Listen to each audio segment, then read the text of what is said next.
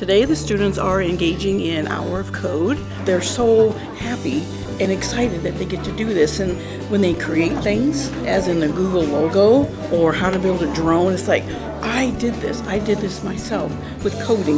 We can use coding skills for actual work, like when you get a real job. Me, when I grow up, I'm pretty sure I want to be something like a dress designer. I want to be a cartoonist, so maybe I can imagine me doing coding, making the characters, and yeah, I'm going to be on computers a lot. I know that for sure. When they work on the 7 habits in coding, it's like they're thinking win-win.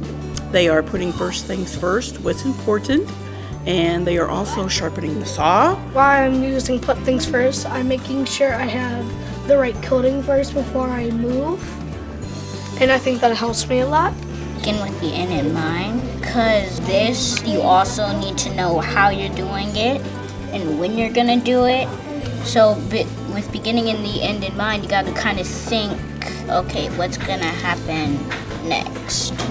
How am I going to do this? Coding encompasses STEM in so many aspects because you get in your science, your technology, and your math, and build confidence and perseverance and determination in what they are doing.